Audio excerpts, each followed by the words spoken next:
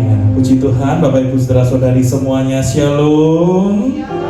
Haleluya, selamat datang dan selamat beribadah di GBI Gideon. Mari bersama-sama sekarang kita mau satukan hati kita di dalam doa untuk kita akan memulai ibadah kita pada pagi hari ini. Bapa, kami mengucap syukur untuk anugerah-Mu, kasih setia-Mu, kebaikan-Mu yang berlimpah-limpah yang Kau berikan bagi setiap kami, Tuhan. Maka pada saat ini secara khusus kalau kami boleh datang beribadah kepada Tuhan, kami tahu itu semua hanya karena kebaikan dan kemurahan Tuhan dalam hidup kami. Dan sebab itu Tuhan, kami mau menyiapkan hati kami untuk kami boleh datang sujud menyembah Tuhan. Untuk kami boleh Tuhan bersorak-sorai di hadapan Tuhan. Untuk kami Tuhan, isi hati kami boleh dibentuk sesuai dengan isi hati-Mu bagi setiap kami Tuhan. Biarlah setiap kami Tuhan boleh mengalami lawatan Tuhan. Kami boleh mengalami kuasa Tuhan. Kami boleh diurapi oleh Tuhan.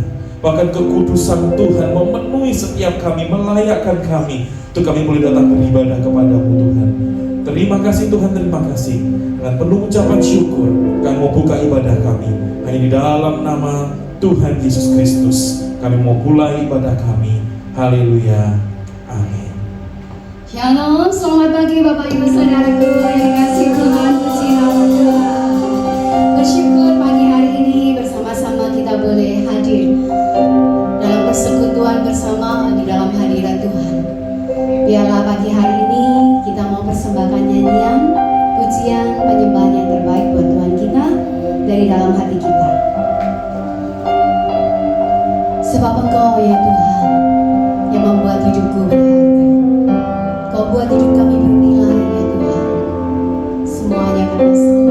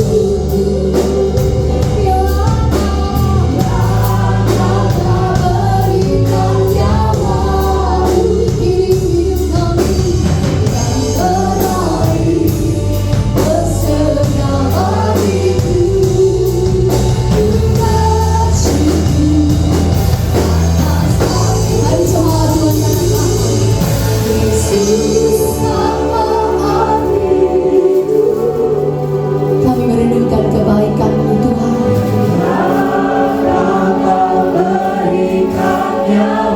Engkau jadikan hidup kami berharga, Yesus.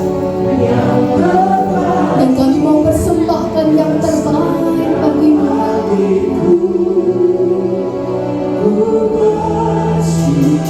Sekali lagi katakan Yesus, Yesus, Engkau hadir di hidupku.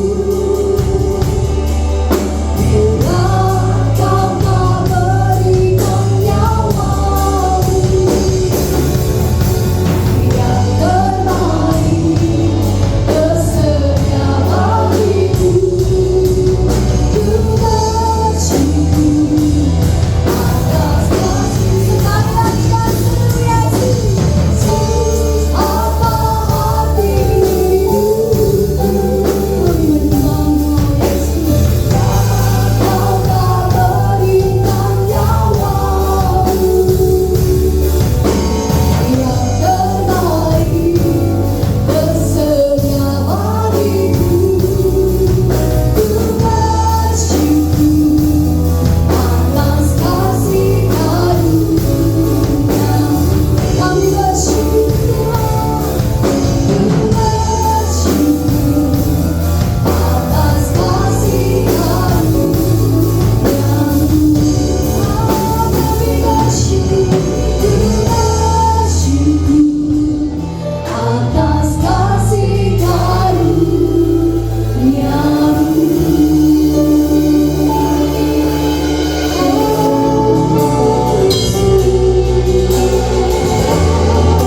pujian syukur kami menyembah, kami memuji-Mu, Yesus. Engkau hadir bersama-sama dengan kami saat ini, ya Tuhan. Dan kami percaya kehadiran-Mu itulah yang membuat kami tenang. Kehadiran-Mu itulah yang memulihkan jiwa kami, yang membakar luka hati kami. Kehadiran-Mu itulah yang mengisi setiap kekosongan jiwa kami. Hanya Engkau sumber sukacitaku, hanya Engkau Yesus penghadap kami. Engkau Tuhan kami berharga, Engkau buat kami damai. Kami bersyukur, kami bersyukur. Haleluya, Yesus. Haleluya. Segala pujian kami beri Tuhan. Engkau layak. Engkau bawa kami lagi.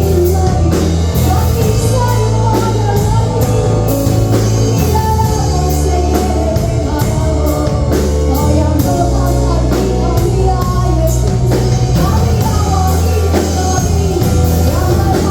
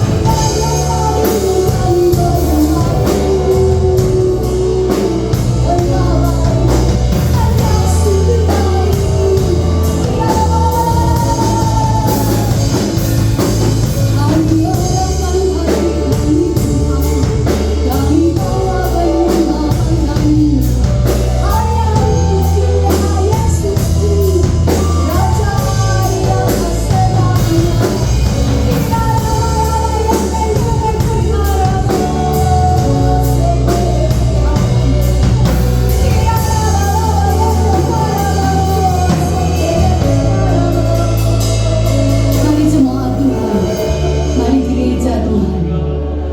Ada Tuhan di dalam hati kita masing-masing.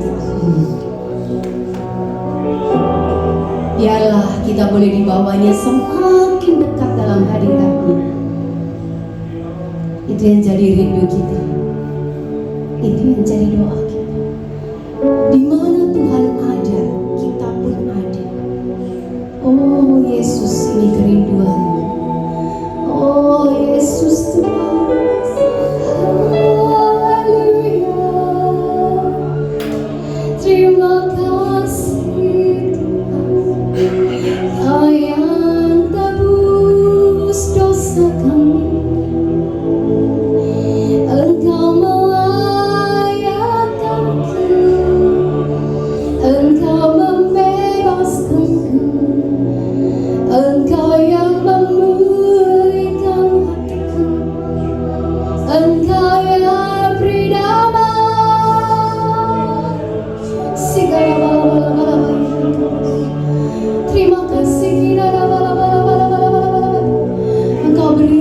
Kudus dalam hati kami ya Yesus.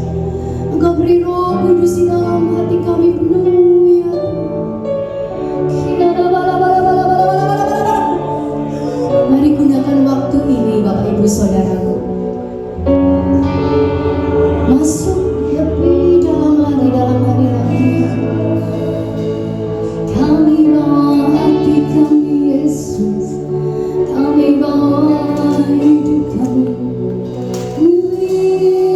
Ya Roh Kudus, ya Roh Kudus, kau ubahkan kami, kau ubahkan kami, ayatkan kami ya Bapa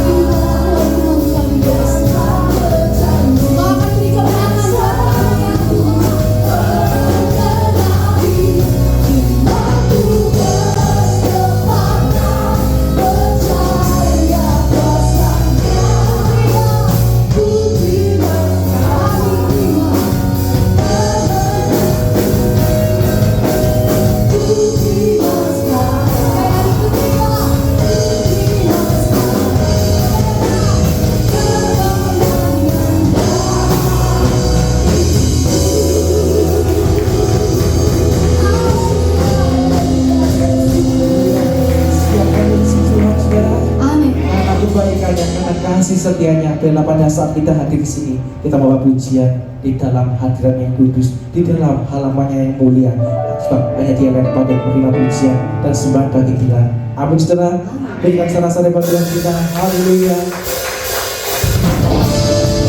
Tuhan kami Tuhan, Bapa selalu termasuk dalam Tuhan Yesus.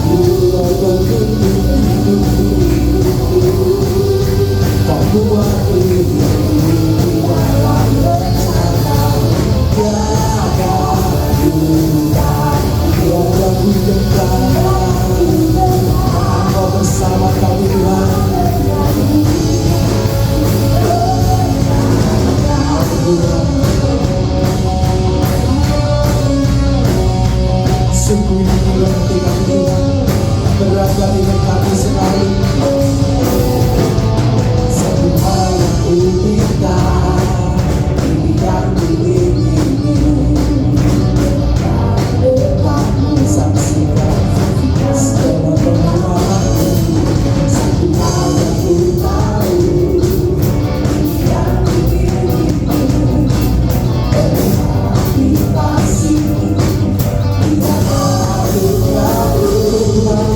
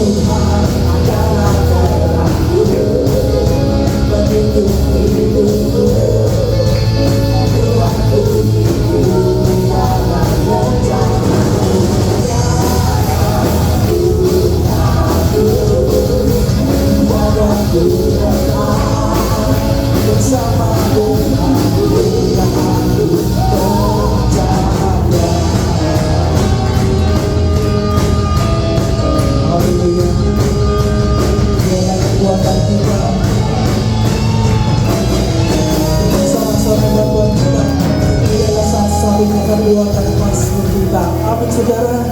Bersama dengan dia kita akan sanggup melewati segala perkara. Kemenangan demi kemenangan akan Tuhan berikan pada kita. Amin saudara. Haleluya.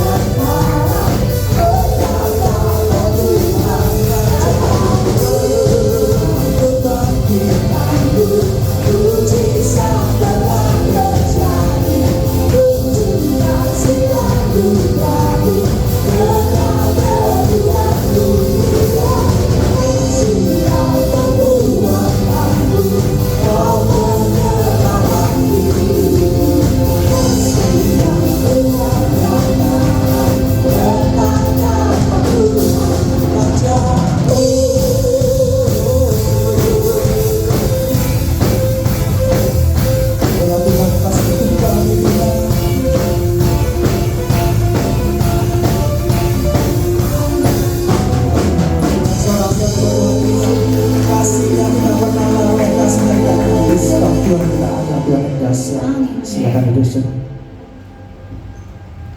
Kasih Tuhan dalam hidup kita tidak pernah berakhir. Ada amin Bapak Ibu Saudara? Amin. Tiada yang seperti Engkau ya Tuhan. Engkau begitu mengasihi kami. Kuasa-Mu itulah yang mengubah hidup. Terima kasih Yesus. Tiada yang seperti Engkau. Kuasa-Mu mengubah hidupku. Kasih-Mu tak berkesudahan, nyata di dalam hidupku. Tiada yang seperti Engkau. Kuasa-Mu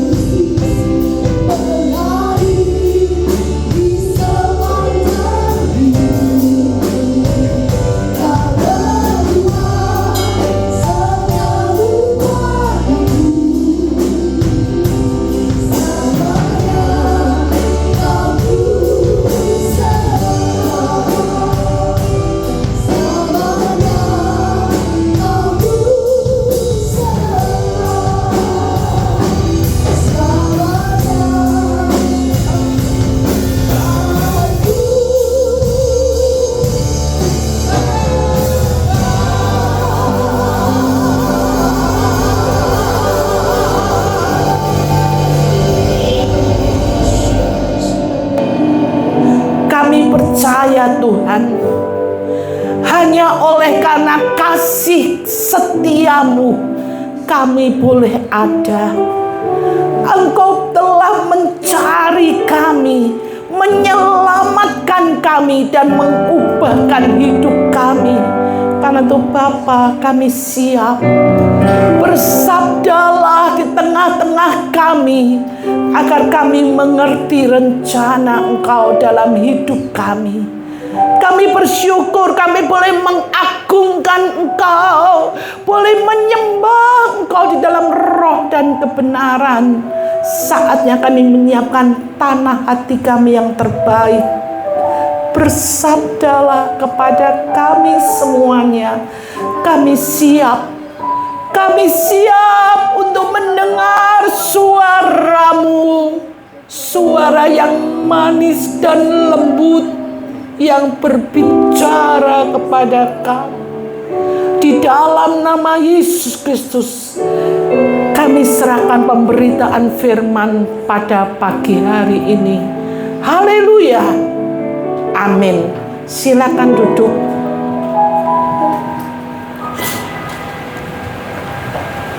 Shalom. Puji nama Tuhan.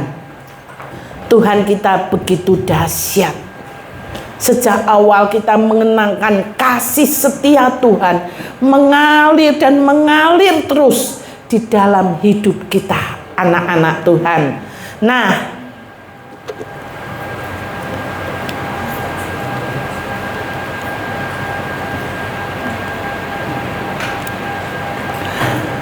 tema firman Tuhan hari ini yang akan kita pelajari bersama-sama adalah mengenai kemenangan dalam peperangan rohani.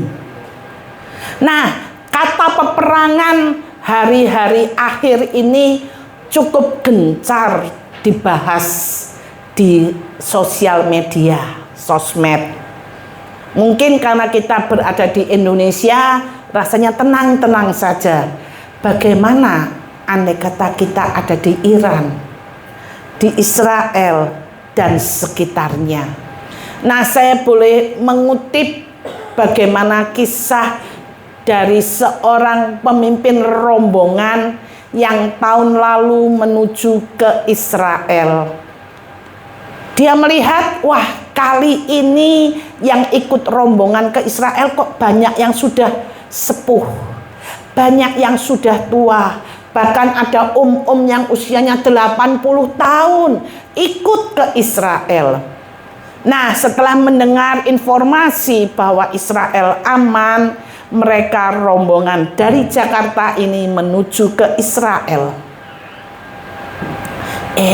Sesampainya di Israel, tour guide lokal berkata, "Ibu-ibu, bapak-bapak, ternyata hari ini tidak sedang dalam keadaan aman-aman saja." Kalau ibu bapak mendengar ada suara sirine, berarti cepat-cepatlah bergegas menuju ke bunker-bunker yang telah disiapkan. Nah, waktu itu mereka semua sudah diberitahu jelas ya, kalau ada sirine apa kerjaannya? Cepat lari menuju ke bunker yang telah disiapkan. Kemudian mereka bergegas masuk ke dalam ruangan tidur masing-masing. Pemimpin rombongan ini mulai berkata, kira-kira bagaimana ya dengan yang sudah sepuh-sepuh itu, yang sudah tua? Wih, nggak bisa membayangkan, mereka tergopoh-gopoh jalan sendiri aja sudah agak sulit, belum lagi nanti berjubel, belum lagi nanti dredeg dan sebagainya. Kita kan nggak biasa perang ya. Nah, waktu itu tengah malam mendekati subuh pagi hari, terdengar suara sirine. Pemimpin rombongan cepat bergegas-gegas menuju ke bunker. Sesampai di bunker dia toleh-toleh. Mana bapak dua yang sudah tua itu? Kok enggak ada? Aturannya berada di bunker berapa lama sesuai dengan petunjuk dari tour leadernya. Setelah beberapa jam menunggu di bunker, kemudian si ketua ini melihat, bener loh, bapak dua itu nggak ada. Di mana ya? Kemudian si ketua ini setelah boleh balik ke ruangan tidurnya, kemudian jadwal diikuti sarapan pagi. Dia melihat kedua bapak itu sedang santai makan, minum kopi.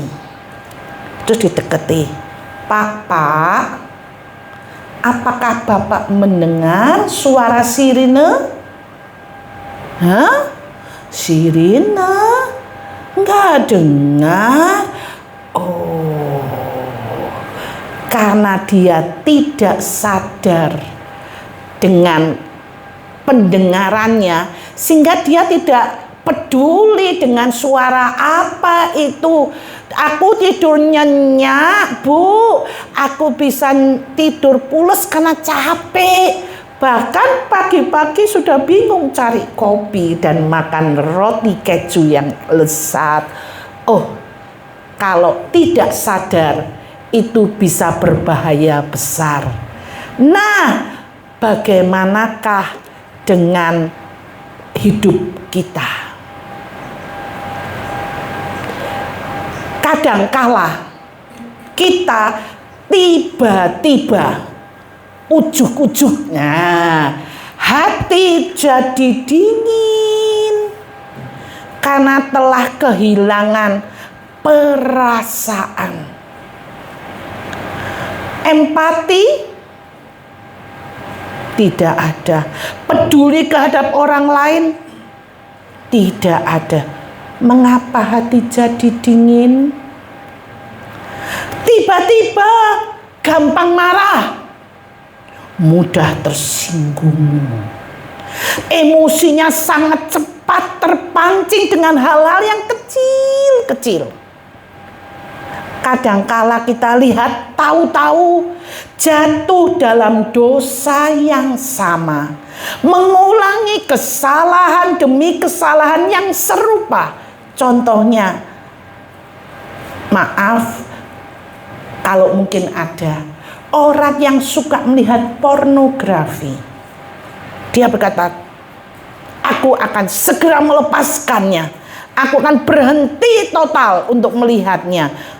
Ternyata kesalahan yang sama dan sama diulanginya berkali-kali. Tiba-tiba kehilangan damai sejahtera, hilangnya ketenangan, pikiran tidak bisa istirahat, pikirannya terus gelisah dan gelisah, kendali emosinya tidak terkatakan, kekacauan internal melebihi ketenangan di dalam jiwa.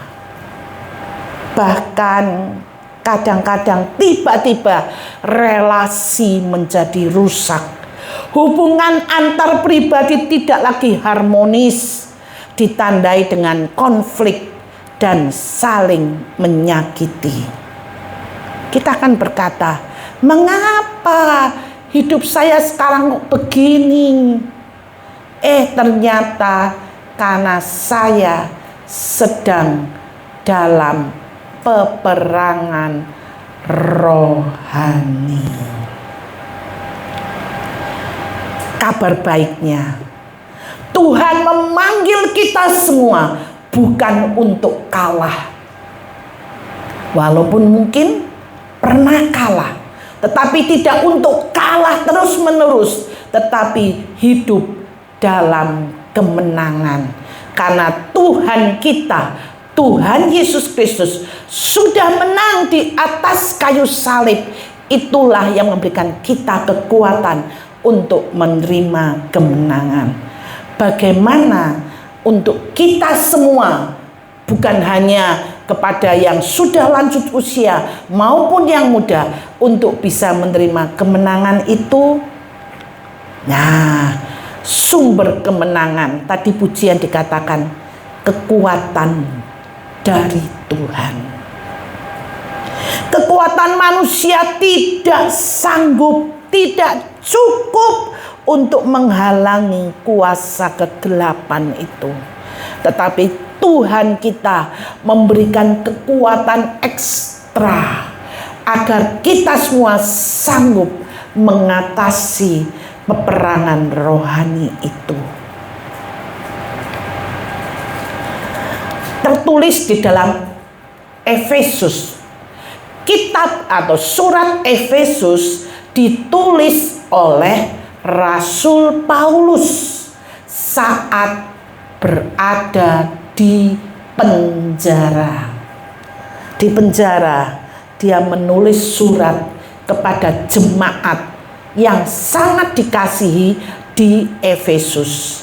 Efesus pasal 1 sampai dengan 3 menceritakan identitas kita di dalam Kristus.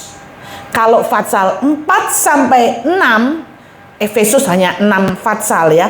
4 sampai 6 bagaimana kita hidup sesuai dengan identitas di dalam Kristus. Nah, yang kita bahas hari ini Efesus 6 ayat 10 sampai 18.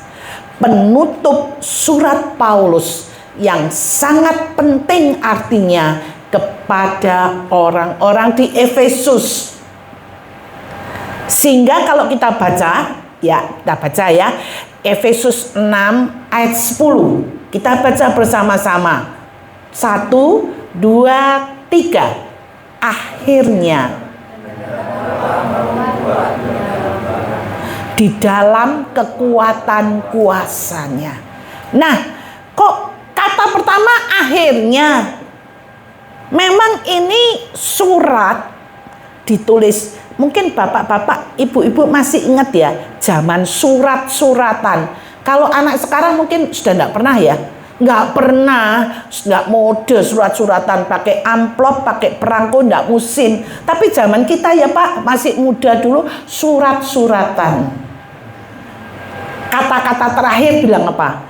Akhirnya, sampai jumpa hari Sabtu minggu depan. Waduh, kalau akhirnya itu sesuatu yang sangat kita damba-dambakan. Rasul Paulus juga berkata di suratnya, saya berkata begitu karena saya dulu dengan suami saya yang dulu pacar saya, itu jarak jauh, kerjanya surat-suratan. Nggak ada telepon, nggak ada WA, jadi surat-suratan. Selalu akhirnya sampai jumpa hari Sabtu minggu depan. Waduh, rasanya hati berbunga-bunga. Nah, saat itu Rasul Paulus berkata, akhirnya hendaklah kamu kuat di dalam Tuhan. Kuat bukan karena kita hebat. Kuat karena kita di dalam Tuhan. Tuhan itulah yang memberi kita kekuatan. Kekuatan itu datangnya semata-mata dari Tuhan. Bukan karena kita punya pengalaman rohani yang hebat. Aku sudah orang yang luar biasa, talentaku jangan ditanya, apa saja aku bisa, multi talenta. Bukan karena kita multi talenta kita kuat. Bukan karena kita punya pengalaman rohani yang banyak kita kuat. Bukan karena kita pandai ayat-ayat Alkitab hafal semua kita kuat. Tetapi semata-mata karena Tuhan. Saudara percaya? Wah, sing kuat tuh aku. Bukti lihaten sepirku. Waduh, sepir. Wah, tanganku penuh dengan otot-otot yang kuat. Bukan. Peperangan rohani hanya dapat dikalahkan karena Tuhan kita, Tuhan yang kuat. Peperangan rohani harus dimenangkan dengan kekuatan rohani. Apa itu kekuatan rohani? Ayo, bangun hubungan dengan Tuhan. Bagaimana cara membangun hubungan? Saat teduh, intim dengan Tuhan, menggandol sepenuhnya kepada Tuhan. Jangan hanya datang saat butuh.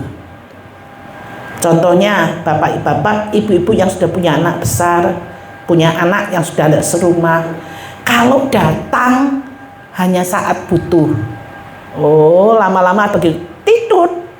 Oh ini anakku, pasti ada butuhnya dia datang ke sini.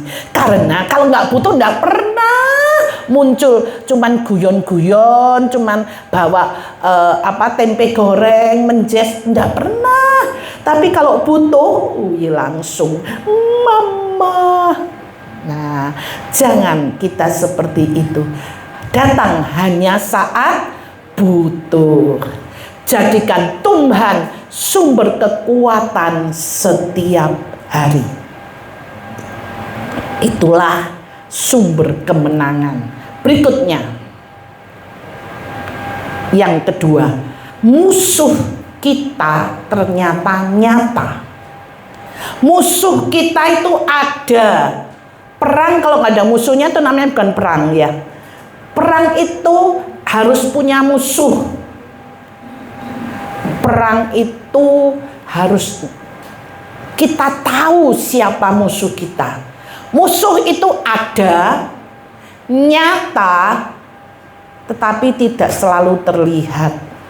Kita jangan bayangkan musuh kita seram seperti monster yang taringnya keluar tajam, tanduknya panjang, mukanya serem, matanya merah dan sebagainya. Tidak begitulah kenyataannya musuh kita. Kita baca tadi ayat 10 sekarang ayat 11. Kenakanlah seluruh perlengkapan senjata Allah supaya kamu dapat bertahan melawan tipu muslihat iblis. Siapa musuh kita? Di ayat ini siapa? Iblis. Iblis itu tipu muslihatnya luar biasa. Kalau orang Jawa bilang licik tenan. Itulah iblis. Karena itu untuk bertahan kita diminta untuk memakai selengkap perlengkapan senjata Allah. Berikutnya ayat 12.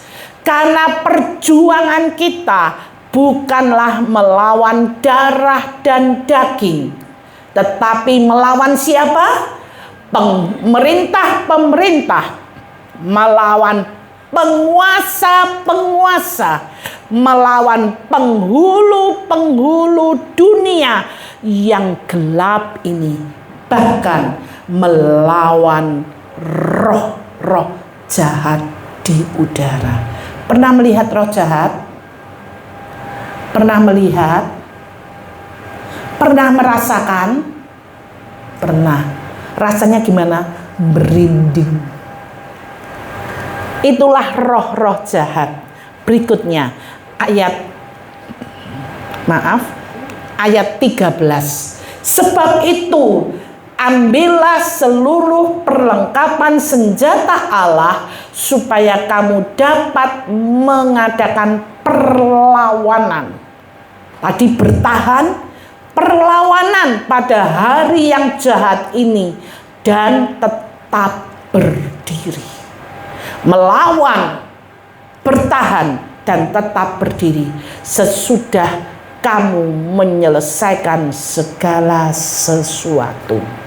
Nah, kita bukan melawan manusia. Tadi katakan, saya balik, karena perjuangan kita bukanlah melawan darah dan daging. Siapa darah dan daging itu? Siapa? Siapa yang punya darah dan daging? Manusia. Kita bukan melawan manusia. Jadi kita bukan melawan teman kita, atasan kita, bos kita. Kita bukan melawan pasangan hidup kita. Kita bukan melawan saudara kita, ipar kita, orang tua kita. Tetapi yang kita tahu, musuh kita nyata. Yang pertama adalah iblis. Yang kedua, kuasa kegelapan dan roh-roh jahat di udara. Ingatlah, dimanapun kita berada, tidak harus di kuburan ada roh kegelapan. Dimanapun kita berada, roh jahat di udara itu ada. Nah, kita harus ingat, musuh itu nyata dan ada. Sekarang setelah tahu musuhnya, kita harus tahu strategi kemenangan. Gambar di sini menunjukkan perlengkapan senjata Allah. Ayat 11 tadi katakan, kenakanlah seluruh perlengkapan senjata Allah. Kenakan seluruh perlengkapan senjata Allah. Semoga gambarnya dapat terlihat ya. Tolong dilihat gambarnya. Sudah ingat perlengkapan senjata Allah apa saja? Oke. Nah, kalau ayat 13, sebab itu ambillah seluruh perlengkapan senjata Allah. Ayat 13 kata ambillah. Kalau di ayat 11 mengatakan kenakanlah. Diambil, kemudian dipakai. Kenakanlah. Apa yang mau kita pakai? Seluruh perlengkapan senjata Allah. Baiklah. Sudah ya, ingat ya, seluruhnya. Kita perlu tahu apa saja sih seluruh perlengkapan senjata Allah itu. Jadi ayat 14, berdirilah tegap. Woi, disuruh berdiri tegap. Kenapa? Apa yang harus kita pakai? Yang pertama dikatakan berikat pinggangkan kebenaran. Tolong dilihat gambarnya. Sudah ketemu? Di mana ikat pinggang? Semoga kelihatan. Ini tulisannya, ikat pinggang. Nah, ikat pinggang kebenaran. Oke, yang kedua, baju sirah keadilan. Nah, untuk jelasnya kita mulai dulu dengan ikat pinggang kebenaran. Orang zaman dulu itu bajunya, kalau sekarang orang bilang kedodoran. Sudah kalau membuat baju tidak usah bingung, lingkar dada, lingkar pinggang, lingkar pinggul, tidak perlu, pokoknya jahit kenceng, broces gitu aja, dipakai kedodoran. Sehingga supaya bisa perang dengan baik, yang pertama perlu ikat pinggang. Ya, saya lihat ke gambarnya lagi. Perlu ikat pinggang. Gampangnya sekarang orang berkata sabuk. Sekarang sudah tidak harus ya. Bapak-bapak, apakah ada yang tidak pakai sabuk? Sudah biasa sekarang. Kalau waktu itu nggak pakai sabuk, wih bisa kedodor jalan itu, gloyor sana, gloyor sini, kira-kira begitulah. Nah, itulah sabuk yang perlu dipakai. Ada juk yang mengatakan, seorang memberi hadiah sabuk, ada hurufnya H. Siapa yang tahu? Artinya apa? H. Haleluya. Oh bukan, merek yang terkenal itu loh, H. Kemudian sabuk itu dikemas baik-baik. Kemudian titipannya, Pak, aku berikan sabuk H ini kepadamu, tetapi tidak boleh dipakai di luar rumah, tidak boleh dipakai saat khotbah, tidak boleh dipakai saat pesta, tidak boleh dipakai saat ke gereja. Terus orang berpikir, ngapain kamu ngasih aku sabuk mahal mereknya H, tetapi nggak boleh dipakai di mana-mana. Seneng nggak yang kasih?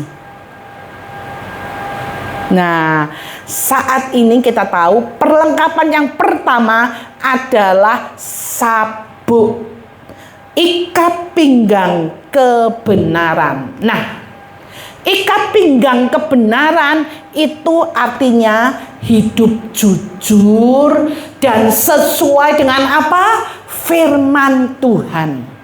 Jadi di luar gereja dan di dalam gereja itu tidak boleh bertolak belakang.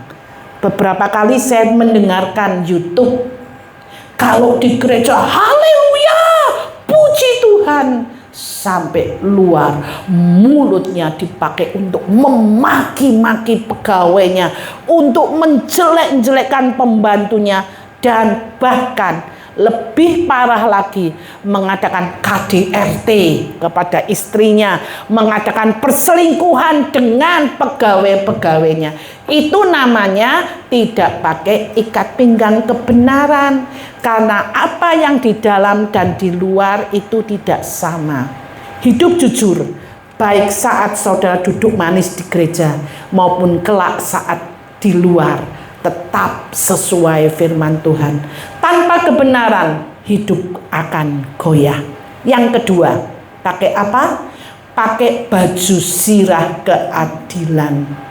Baju sirah kalau sekarang gampangnya pakai rompi. Saya kembalikan ke gambar tadi. Nah, rompi itu, rompinya dari baja kokoh, kuat, dipakai. Aman untuk menjaga dari serangan, dipakai rompi. Sebabnya di dalam rompi itu melindungi yang paling penting adalah hati dan dalam ini ada siapa? Hati dan jantung. Nah, tadi ikat pinggang, kedua baju sirahkan. Kalau kita memakai baju sirah keadilan, kita belajar hidup benar di hadapan Tuhan. Kebenaran Tuhan itulah yang melindungi hati kita, sehingga hati kita bisa jujur apa adanya. Kalau kuning ya bilang kuning, kalau hitam ya bilang hitam. Tidak sebentar hitam, sebentar putih, lama-lama jadi abu-abu. Di hadapan Tuhan, hidup benar itu harga mutlak. Nah, sekarang yang ketiga. Ingat tadi yang pertama adalah memakai ikat pinggang kebenaran. Yang kedua, berbaju sirahkan keadilan. Dan yang ketiga, ayat 15, kakimu berkasutkan apa? Nah, kakimu berkasutkan kerelaan untuk memberitakan Injil damai sejahtera. Nih gambarnya. Waktu itu, kalau sekarang kita bilang sepatu sandal ya, bukan sepatu kets, bukan sepatu pantofel, sepatu sandal yang banyak tali-talinya. Ya, ditali. Mungkin pernah ada yang punya pengalaman ya pakai sepatu gitu. Makainya tuh cepet lama. Karena itu orang-orang zaman itu yang berperang, kalau sedang pakai kasutmu, dipakainya bahkan sampai tidur harus dipakai. Mengapa? Sebenarnya kalau dikatakan awas musuh, dia langsung lompat dan berangkat, ndak bingung.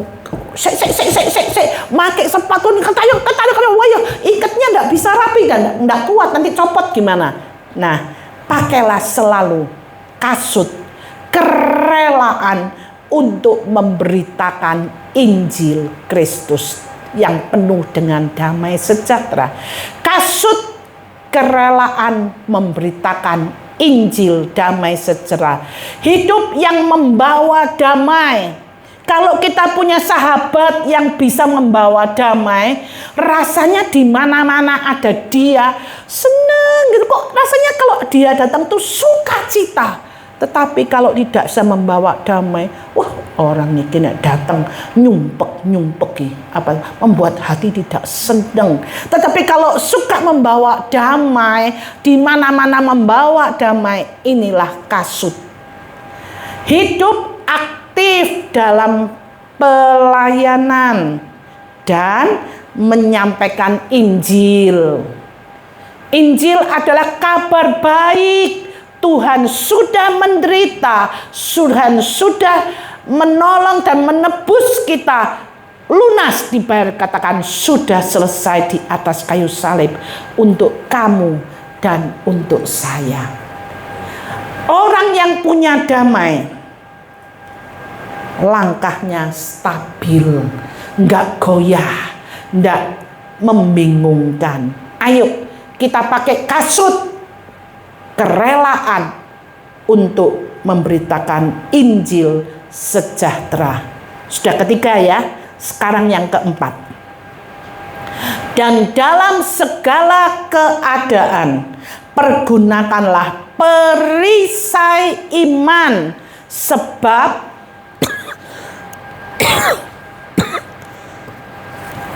dengan perisai itu kamu akan dapat memadamkan semua panah api dari si jahat.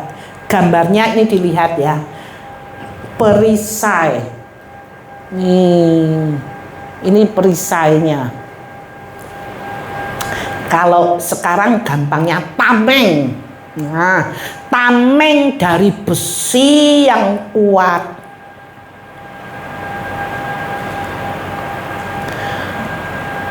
Tameng ini bertugas untuk menangkis panah api dari si jahat. Nah, perisai iman itu dipakai untuk melawan panah api dari si jahat. Panah api itu berkata, kamu tidak akan berhasil. Memang kamu ancene ngono kok. Nah, memang kamu tuh ya seperti itulah. Kamu tidak akan berhasil. Tuhan tidak peduli padamu. Wis, mau apa lagi kamu? Tetap setia. Tuhan itu tidak peduli. Itulah panah dari si jahat. Hidupmu itu kurang baik. Kalau hidup orang lain itu lebih baik. Sehingga ada istilah rumput di tangga lebih hijau. Kenapa? Kalau melihat punya orang, wapi erek. Padahal di rumah ada enggak? Ada. Bersyukur enggak? Hampir-hampir enggak pernah. Melihat punya orang lain, wih hebatnya. Di rumah ada enggak? Ada. Tetapi enggak bersyukur. Hidup orang lain itu lebih baik. Inilah panah-panah yang dilemparkan oleh si jahat itu. Berikutnya. Sudah yang keempat, kelima perisai, keempat perisai, yang kelima sekarang. Terimalah ketopong keselamatan. Yang keenam, pedang roh, yaitu firman Allah. Ketopong. Nih di atas kepala. Ketopongnya di atas kepala ini. Nah, kalau sekarang gampangnya ketopong mungkin tidak ada dijual ketopong ya. Jangan ke toko ya. Pak, aku pingin beli ketopong, sudah tidak ada. Adanya apa sekarang? Helm. Cuma helm sekarang kan dari fiber, plastik, atau apalah. Kalau ketopong terbuat dari besi. Besi yang kuat, yang cukup berat. Ketopong keselamatan itu perlu kita miliki.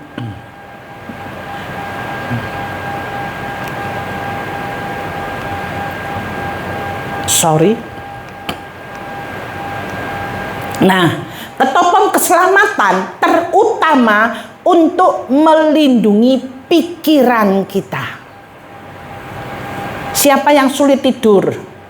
Biasanya kan apa? Pikirannya ini jualan terus, bulet terus. Rasanya, duh kapan sih aku bisa tidur? Tuhan, aku kepingin tidur tapi otaknya masih putar-putar ke segala tempat. Karena medan perang terbesar ada di pikiran. Pikiran seringkali dibayangi dengan takut, cemas, pikiran yang negatif. Ojo-ojo anakku apa-o, ojo-ojo pekerjaanku bangkrut, jangan-jangan aku gagal dan sebagainya. Itulah serangan yang dilemparkan kepada kita, khususnya ke daerah kepala. Pakailah ketopong keselamatan. Dan yang terakhir, pedang roh. Pedang roh adalah satu-satunya senjata untuk menyerang. Senjata itu adalah firman Tuhan.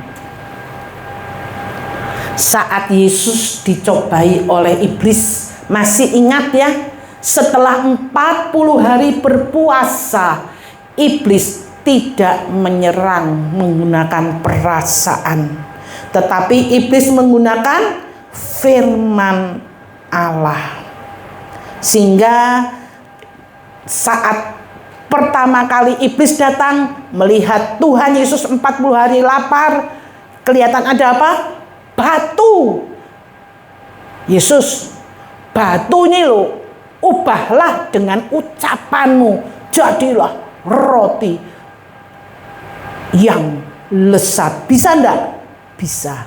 Tetapi Tuhan mengatakan ada tertulis, manusia hidup bukan dari roti saja, tetapi dari setiap firman yang keluar dari mulut Allah. Iblisnya lari. Diajaklah Tuhan di atas bumbungan bait Allah.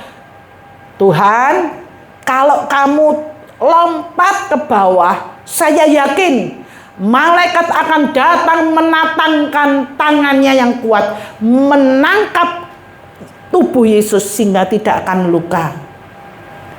Tuhan tidak menjawab dengan perasaan, tetapi dengan firman.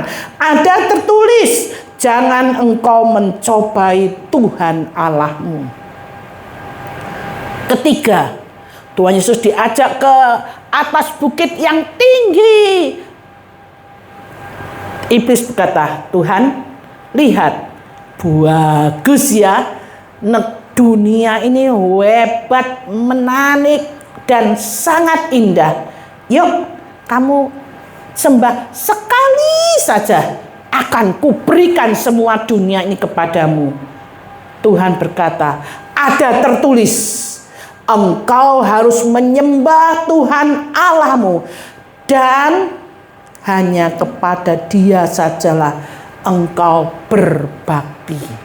Nah, kalimat ada tertulis itu disampaikan oleh Tuhan Yesus sendiri saat menghadapi tantangan dari iblis. Ayo, kita anak-anak Tuhan di zaman sekarang, firman Tuhan kuasanya tetap sama. Marilah kita belajar baca firman Tuhan setiap hari. Nggak usah tanya, kamu sudah belum? Kamu sudah belum? Nggak usah tanya. Tanyalah kepada diri saya sendiri. Sesibuk-sibuknya saya, pernahkah minimal 1 ayat sehari kita baca? Kalau bisa 1 perikop, kalau bisa 1 fatsal, tetapi tiap hari. Ayo komitmen, usahakan menghafal. Hai anak-anak muda yang punya ingatan yang masih luar biasa, hafalkan. Sehingga saat kecemasan, kekhawatiran menyerang, kita berkata, ada tertulis, serahkanlah segala kekhawatiranmu kepada Tuhan. Nah, setelah kita berusaha menghafal, perkatakan saat diserang. Nah, seperti itu. Khawatir, besok makan apa, besok kerja apa, besok harus kemana, bingung terus. Tuhan, Engkau sudah berkata, serahkanlah segala kekhawatiranmu kepada Tuhan. Nah, kita ulang. Di dalam perlengkapan senjata Allah, yang pertama, ikat pinggang kebenaran. 2, baju sirah keadilan.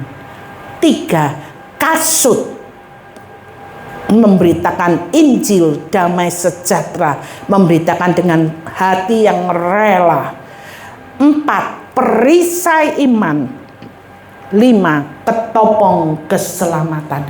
Ini semua dipakai untuk kita bertahan melawan iblis.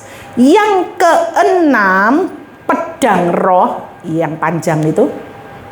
Nah, ini pedang roh itulah satu-satunya alat untuk menyerang iblis, kuasa kegelapan, dan roh-roh jahat di udara.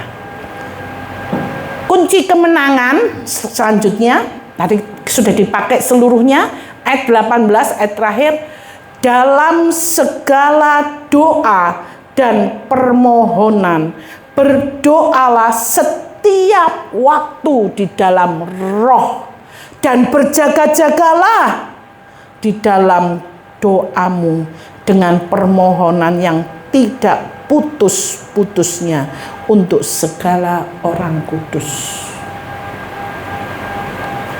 Seperti tadi, janganlah kita minta hanya saat butuh. Janganlah kita datang berdoa hanya saat butuh. Waduh, kalau butuh itu ngetu doanya, ngetu tahu ya. Bersungguh-sungguh doanya, bahkan mungkin sampai 1 jam nggak terasa. Tetapi kalau kita berdoa, berjaga-jaga senantiasa, itu efeknya jauh sekali. Doa adalah nafas hidup orang percaya. Kita bernafas karena terlalu terbiasanya, rasanya nggak ada masalah itu. Cobalah bapak-bapak atau ibu-ibu yang pernah merasakan pakai oksigen. Karena apa?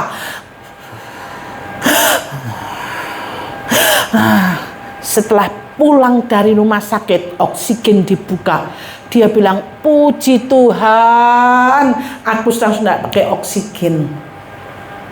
Demikian juga doa itu seperti nafas kita, nafas rohani kita. Ayo kita komitmen kapanpun waktu yang terbaik untuk saudara. Bukan hanya Tuhan Yesus terima kasih untuk makanan minuman ini dalam nama Tuhan Yesus Kristus, amin. Itu doa, memang betul. Tapi bukan doa itu yang dimaksud. Doa intim, terima kasih Tuhan, Engkau baik, Engkau memberi aku kekuatan iman, dan seterusnya dan seterusnya. Kita kerjakan kapanpun yang saudara bisa, ada waktu, ada niatan, ayolah kita berdoa. Karena doa adalah nafas orang percaya. Dengan doa kita kuat, kita peka, dan kita menang. Tanpa doa, tanpa kekuatan. Berdoa setiap waktu di dalam roh. Kita tahu seringkali kita capek. Kalau kita saat itu merasanya doa 5 menit sudah geringan semua. Aduh, kapan aminnya? Itu berarti kita saat lemah. Musuh kita yang ketawa, iya betul, ngapain doa, ngeseli, ayo kita main HP saja, main HP 2 jam tidak terasa, doa 2 menit sudah bingung. Yuk menjaga hati kita agar tetap waspada dan terhubung dengan Tuhan, terhubung dengan strategi Tuhan. Konsisten di dalam doa itu menunjukkan kerendahan hati kita. Benar Tuhan, kalau bukan karena Engkau aku nggak sanggup Tuhan. Konsisten. Kita butuh intervensi ilahi setiap hari. Inilah strategi kemenangan kita. Apakah saat ini kita sudah sempurna? Jawabannya belum. Apakah proses ini dikerjakan cukup sekali? Tidak terus menerus, tetapi perubahan itu pasti. Saya ulangi ya, sempurna belum, perubahan pasti, prosesnya terus menerus. Selama kita hidup, siapapun kita, apapun kedudukan kita, prosesnya itu terus menerus. Karena perubahan itu pasti terjadi kalau kita mau memakai selengkap senjata Allah. Mungkin hari-hari ini kita merasa sangat lemah Tuhan, rasanya kok jatuh terus, pingin berdiri sebentar sudah deprok lagi, sudah jatuh lagi. Kita mempunyai Tuhan, Tuhan yang luar biasa. Kekuatanmu gak ada artinya.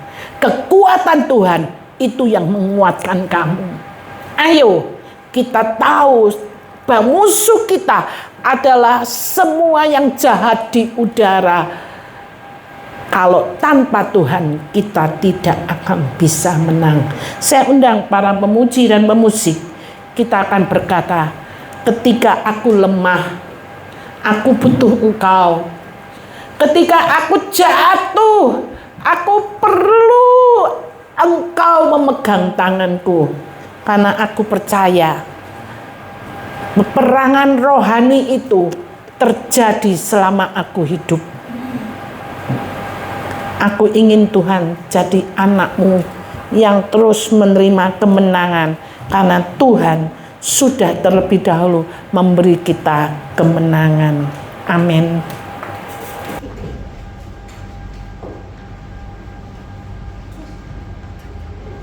Marilah kita datang dengan segala kerendahan hati dan berkata kepada Tuhan, ketika ku lemah, Dia datang. Ketika ku jatuh, Dia angkat. Ketika ku sakit, Dia sembuhkan.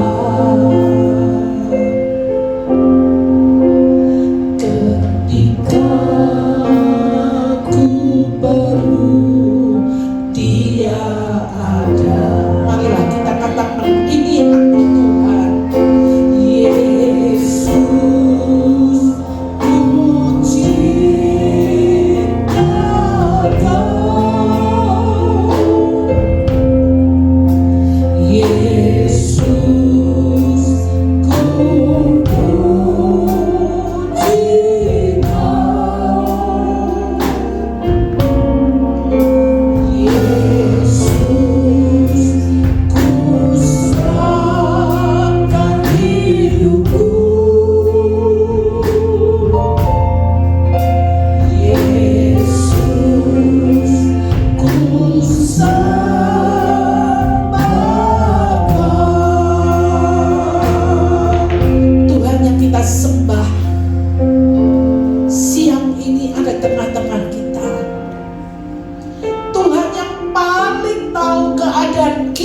saat ini. Mungkin kita lemah, seringkali jatuh. Tuhan, tolong aku agar aku mempunyai kemenangan di dalam perangan rohani ini. Siapapun saudara yang membutuhkan kemenangan itu, serukan dengan iman, ini aku Tuhan. Aku butuh Engkau, aku butuh uluran tangan-Mu. Haleluya. Ketika ku lemah, Dia datang. Ketika ku jatuh, Dia angkat. Ketika ku sakit, Dia sembuhkan. Ketika ku perlu, Dia ada. Yesus, ku cinta Kau. Inilah pengakuan kami Tuhan. Yesus, ku puji Kau. Yesus, ku serahkan hidupku. Yesus, ku sembah Kau. Mari kita angkat berdiri bersama. Ketika ku lemah, Dia datang. Dia datang saat ini. Ketika ku jatuh, Dia angkat. Ketika ku sakit, Dia sembuhkan. Ketika ku perlu, Dia ada. Angkat tanganmu, berkata, Yesus, ku perlu Kau. Ku cinta Kau. Inilah pengakuan kami Tuhan.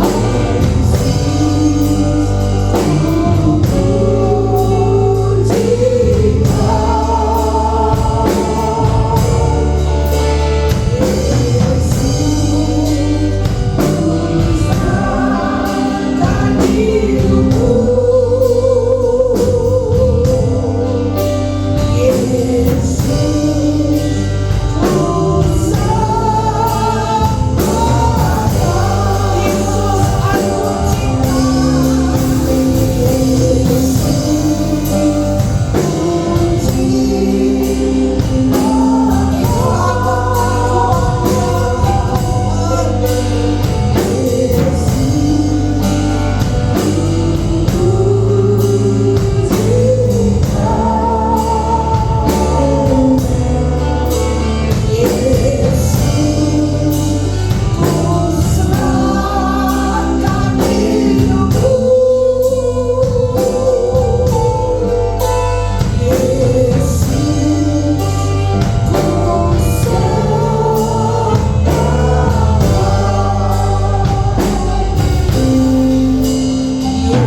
Yesus, ku cinta Kau. Benarkah kau mencintai Tuhan Allahmu? Yesus, ku cinta. Kami ingin memuji Kau. Yesus, ku serahkan hidupku.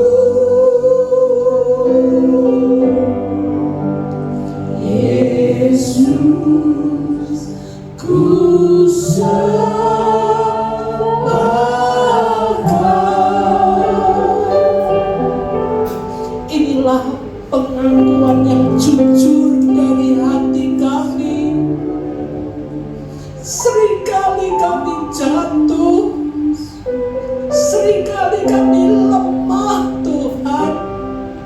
Peperangan rohani ini terlalu berat yang harus aku hadapi.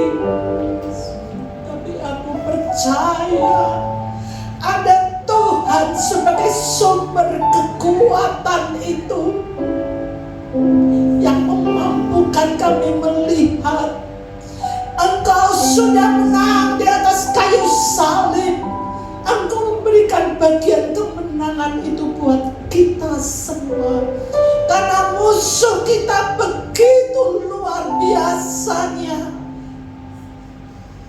Karena itu Bapa, ajari kami mengambil dan mengenakan selengkap senjata Allah yang Tuhan telah berikan untuk kita bertahan berdiri.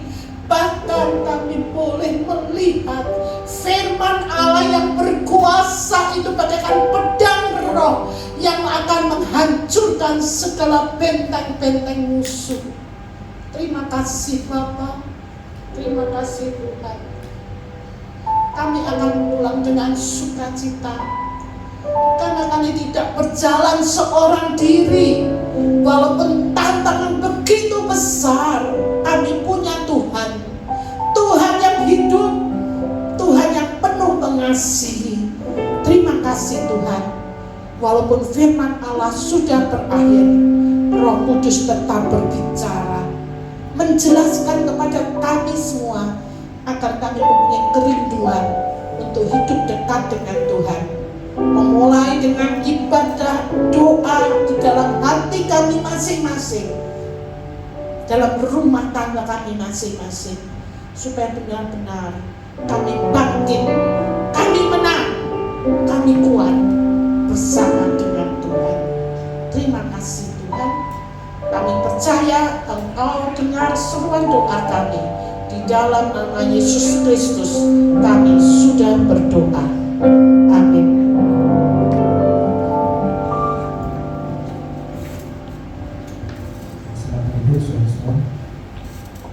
Kita akan memberi persembahan, kita akan doa terlebih dahulu untuk persembahan.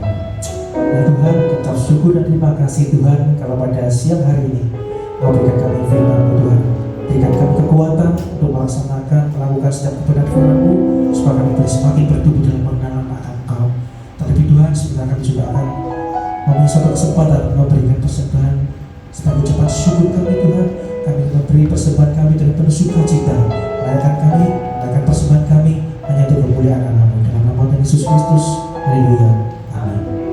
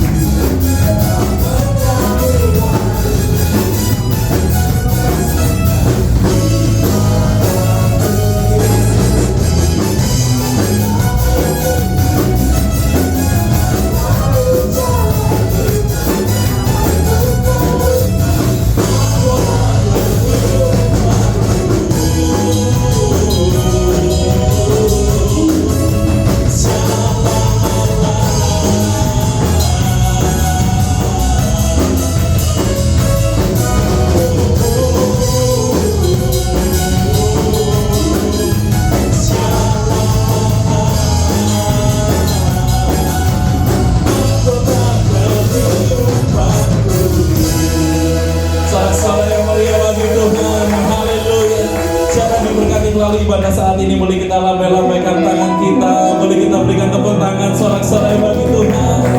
Amin.